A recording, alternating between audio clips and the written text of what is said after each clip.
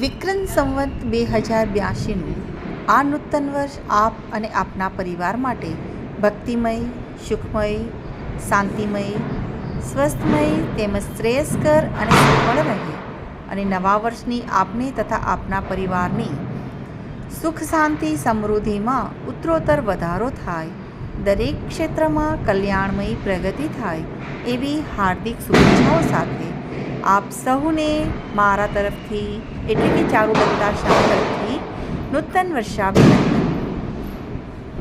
Happy Diwali, happy new year.